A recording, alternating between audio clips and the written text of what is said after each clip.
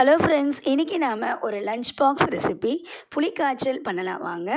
இதுக்கு முதல்ல 2 எலுமிச்சம்பழ அளவு புளியை ஊற வச்சுக்கணும்.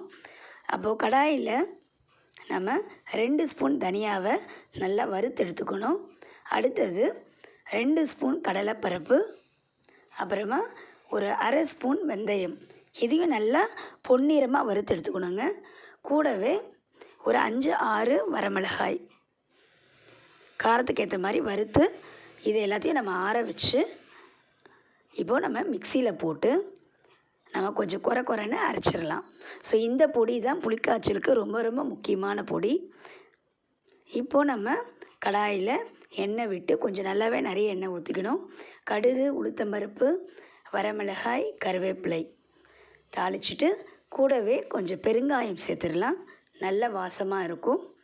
இப்போ நம்ம கரைச்சி வச்ச புளியையும் சேர்த்துடலாம். பாருங்கள், புளியை நல்லா திப்பி இல்லாமல் நல்லா கரைச்சி ஊற்றியாச்சு. அப்புறமா நம்ம வேண்டிய அளவு மஞ்சப்பொடி சேர்த்துக்கலாம்.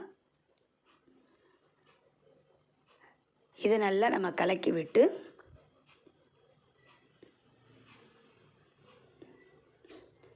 பாருங்கள், இதை நம்ம நல்லா கொதிக்க விடணும். தேவையான அளவு உப்பு சேர்த்துடலாம். இப்போ நல்லா கொதி வரும்போது நல்லா கொதிக்கணும்.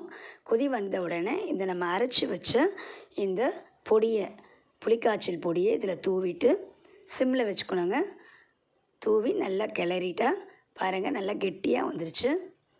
எண்ணெய் வந்து வெளியில் வரணும், நம்ம ஊற்றின எண்ணெய் அந்த அளவுக்கு புளிக்காய்ச்சல் ரெடி ஆயிடணும்.